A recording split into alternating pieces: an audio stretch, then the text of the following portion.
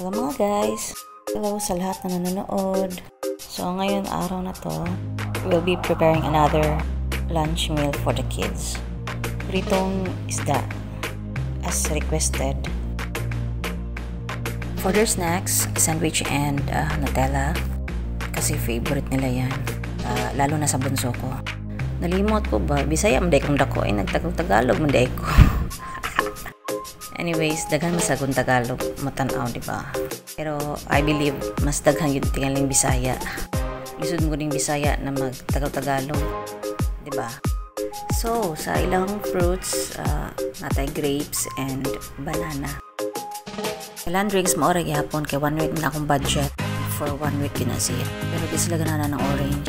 Kanang mangga ay lang ganahan. Maybe for next week, lahat na akong paliton para di mapulaan. So, muna ni siya guys, ang grapes ug ang banana na akong i-prepare.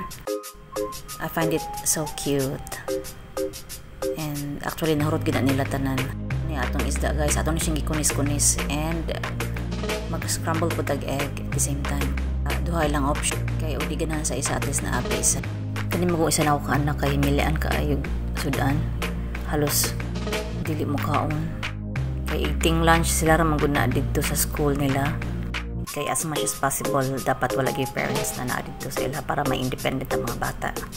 Actually, no, ordinary rin yung na akong prepare. I was planning na magbento.